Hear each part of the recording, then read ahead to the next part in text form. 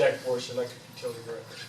I want to bring the guys up to speed on a situation that's been going on for quite some time. May 2nd, unit number 1 was taken out of service. We found a 138 cable going from the generator out to the transformer bad. It had a fault on it. Keep in mind, this is our 3rd backup, so we have the tie line 138 tie line coming in, we have a backup tie line coming in, then we have the other units.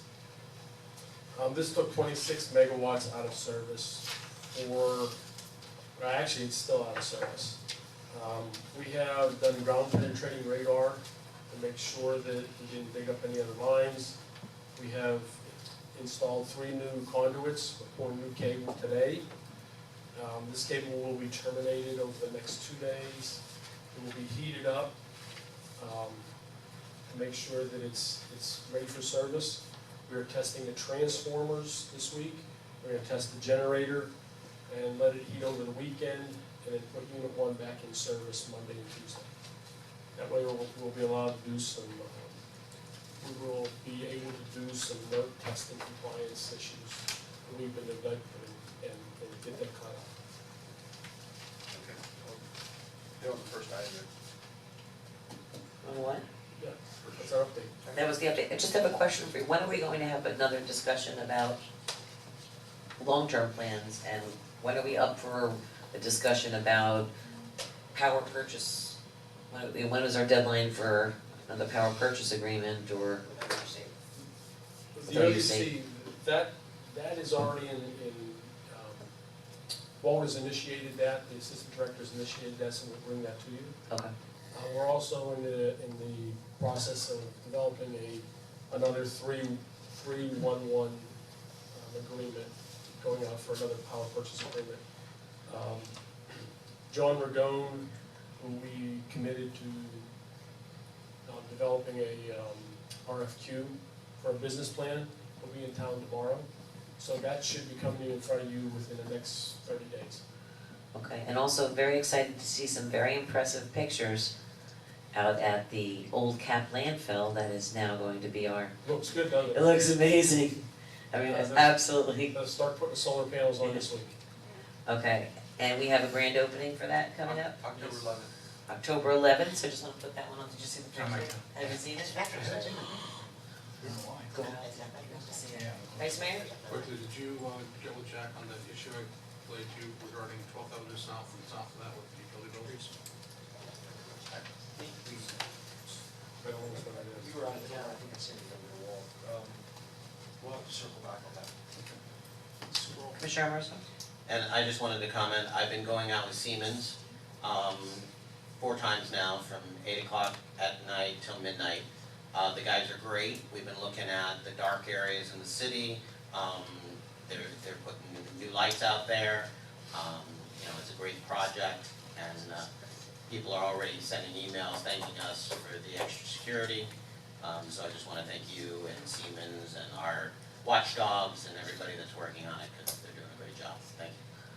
And are we going through, I know that there were some concerns at the last Neighborhood Association President's Council meeting I had in reference to, Chris, your district, Neighborhood Association on Royal Poinciana? Royal Poinciana. And, it's Royal Poinciana and Sunset, I think. Sunset. Just wanting to be involved in the process of Yes. discussing where the lighting is Yes, going and all that. Commissioner Amoroso and the team, when we had a neighborhood association volunteer, would go along with them. Okay. We asked each neighborhood association to give us some money. But yeah, because their association, the gentleman, Roy had been mentioned that he had been trying to contact your office, wasn't able to, and he's been waiting to meet with, yeah, so I was confused, because I know that we talked about going in with the meetings. Were you at that meeting, an NPC meeting? Yeah, I was. Okay, just wanted to make sure. Just an update that has passed. What has been asked from Royal Poinciana is that we put the lights up on the alleys first. So there'll be 45 lights going up on the alleys. and then once the alley lights go up, circle back around, there was concerns that they didn't want lights on their streets, that the alleys were more of a problem area. And circling back around, I talked to both him and Stephanie, the leaders in that community, and it was decided that those would go up, see how much light they bring, and then we'd have to circle back around for some additional lights. Okay, good. Because there's some really dark areas, and the way we're doing it is, it's actually done with satellite, and it identifies the dark areas in the city, so we're not just driving through and looking for dark areas, it's actually taking us to the darker areas, and then we're looking at everything that's going on in that area. Okay, just because we don't have a report all the time with you, that's why I just wanted to make sure that I caught up with that. Okay, then we can move on to your new, oh, I'm sorry, Vice Mayor? Speaking of satellites, how are we doing, I was gonna ask you to beat me up, but, the allocation of monies for doing exactly what Mr. Emerald was talking about, filling in the dark spots, Yes.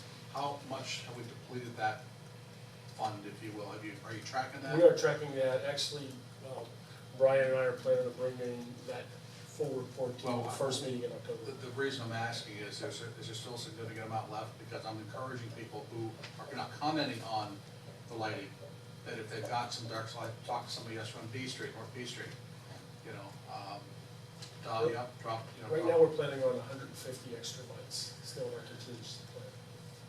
And that you can fund above We can fund. and beyond what you've already done. Above and beyond what we've already Okay. planned All on. right, thank you. And we may be able to do more than that. Okay, thank you. And just real quick, Commissioner Barroso? Vice Mayor, we've actually identified some areas that we went out to that were identified as dark areas that we actually pulled.